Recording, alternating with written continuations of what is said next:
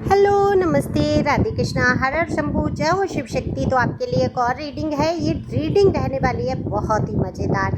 इसका टॉपिक है, इस टाइम आपके लिए कैसा महसूस कर रहे हैं आपके आसपास के लोग। अब हो सकता है आप खुशियों से गुजर रहे हैं, हो सकता है आप दुख तकलीफ से गुजर रहे हैं। तो जो भी टाइम आपका है, उस टाइम में लोग आपके लिए कैसा महसूस कर रहे हैं, तो जानने की कोशिश करते हैं टैरो कार्ड के माध्यम से। जनरल रीडिंग है, मेल फीमेल दोनों के लिए समान है। अगर आपको पर्सनली अपने बारे में जानना है, सिर्फ अपने ही रीडिंग करानी है, ये तो बहुत सारे लोगों की एनर्जी पिक के होके होती है, तो तब आप ये व्हाट्सएप नंबर जो दिया है इस पर संपर्क कर सकते हैं। पर ध्यान रखेंगे, रीडिंग फ्री नहीं है। और प्लीज़ ये मत कहा करें कि पैसे नहीं है, रीडिंग कर दो, ट्रायल दे दो। नहीं होता है, टैरो में नियम है, मैं नियम को नहीं टाल सकती। अगर मैं फ्री रीडिंग करूँगी तो मेरी तबीयत ख़राब हो जाती है और मैं कहीं ज़्यादा दर्द से गुजर जाती हूँ। तो ये बात ध्यान में रखेंगे तो अपनी सोच को पॉजिटिव बना के रीडिंग लेंगे। तो रीडिंग ध्यान रखेंगे, फ्री नहीं है। आप पहली बार आए हैं मेरे चैनल पे, फटाफट से लाइक करो, शेयर करो, सब्सक्राइब करो, जिससे कि आपकी बहुत सारी एनर्जी मुझसे कनेक्ट हो जाए। तो कार्ड मैंने पहले ही शफल कर लिए हैं। आप जानने की कोशिश करते हैं आपके आसपास के लोग आखिर आपके लिए क्या महसूस कर रहे हैं। अगर मैं आपकी बात करूं तो आप तकलीफ़ों से तो गुजर रहे हैं। ऐसा नहीं है कि तकलीफ़ें कम हो गई हैं, आपके जीवन की कष्ट कम हो गए हैं, लेकिन बहुत कुछ आपने सीख लिया इन कष्टों में जीना। तो आप कष्ट के साथ ही आगे बढ़ रहे हैं। बहुत सारी आर्थिक हिसाब से आप बहुत सोच में डूबे हुए हैं। हालांकि जब भी सोच आप पर हावी होती है तो आप ईश्वर पे कहीं ना कहीं छोड़ देते हैं। आप उतना फिक्र नहीं करते, लेकिन अंदर अंदर कहीं ना कहीं चिंता फिक्र तो आपके है ही।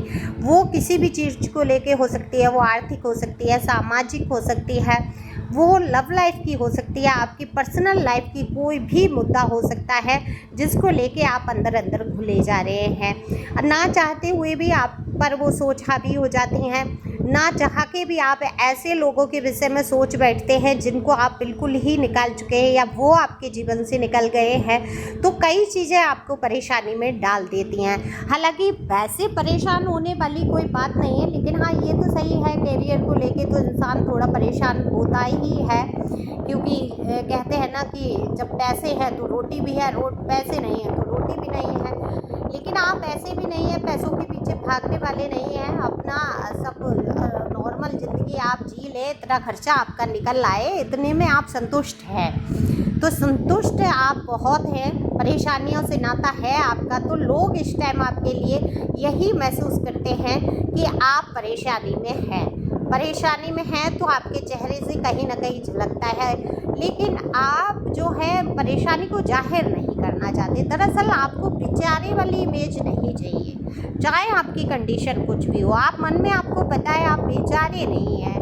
जब आप अपने बलबूते सब कुछ कर रहे हैं, अपने ऊपर डिपेंड हो चुके हैं, तो आसपास वाले लोग क्यों सोच रहे हैं ऐसा कि आप ऐसे, आपके लिए कुछ भी कोई बोल देता है, अरे बेचारी के जीवन में ये, अरे इसके साथ ऐसा हो गया। या आप सिंगल मदर है या सिंगल फादर है या नॉर्मल सिंगल कोई रिलेशन आपका ख़त्म हुआ है, या कोई हो सकता है आपके जीवन से हमेशा के लिए ईश्वर के द्वारा छीना गया है। तो ऐसी कई चीज़ें, तो लोग जब सिंपैथी या थोड़ी सी हमदर्दी दिखा के कोई चीज़ ऐसी बोलते हैं आपके लिए, वो चीज़ आपको पसंद नहीं आता।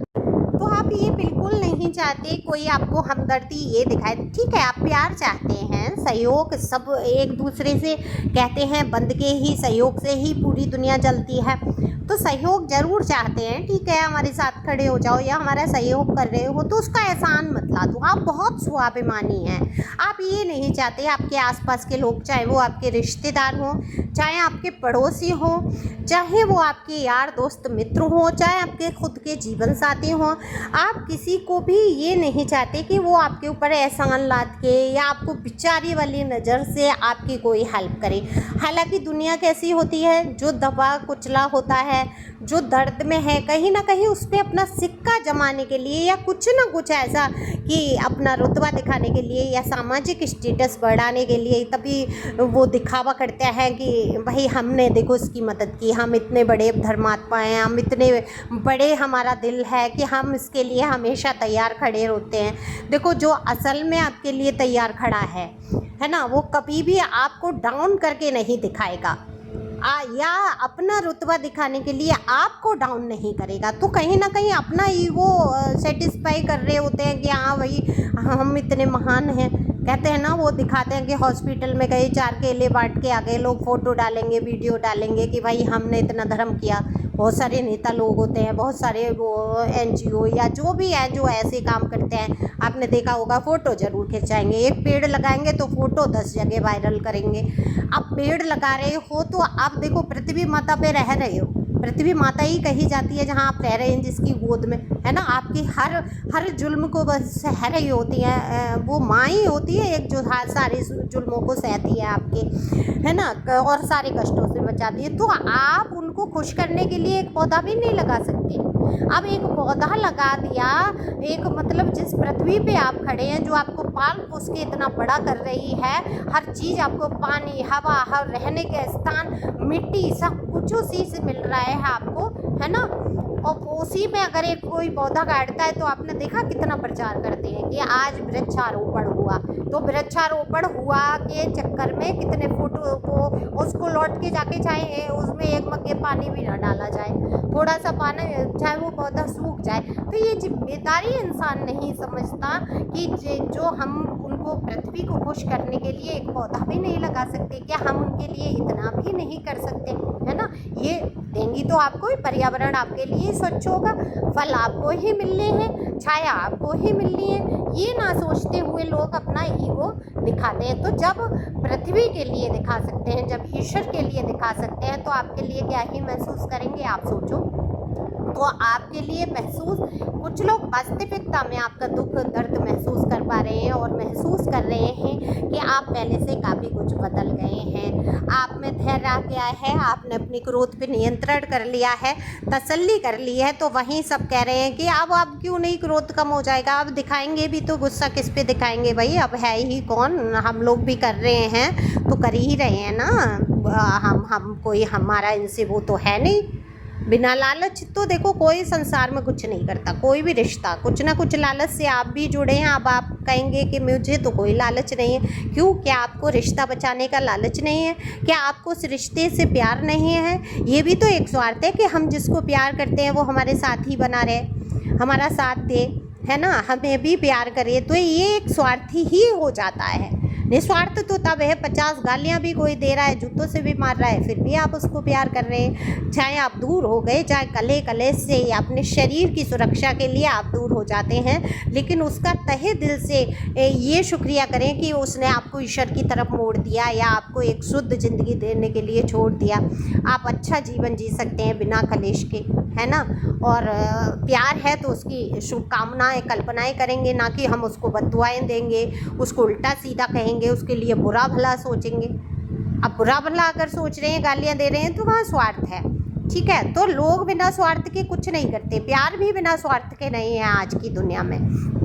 तो आपके आसपास के लोग इस टाइम यही महसूस कर रहे हैं कि आप में बदलाव आ गया है, आप लोगों से दूर होते चले जा रहे हैं, आप ज़्यादा घुलना मिलना नहीं चाहते हैं, क्योंकि आपके सामने सच्चाइयाँ बिल्कुल आ चुकी हैं। देखो, जहाँ आप आध्यात्मिकता की तरफ बढ़ते हैं या आप टैरो के संपर्क में आते हैं, तो आप इतना जागृत हो जाते हैं, आपकी बुद्धि विवेक इतना ओपन हो जाता है कि आप हर एक इंसान की सच्चाई देख पाते हैं।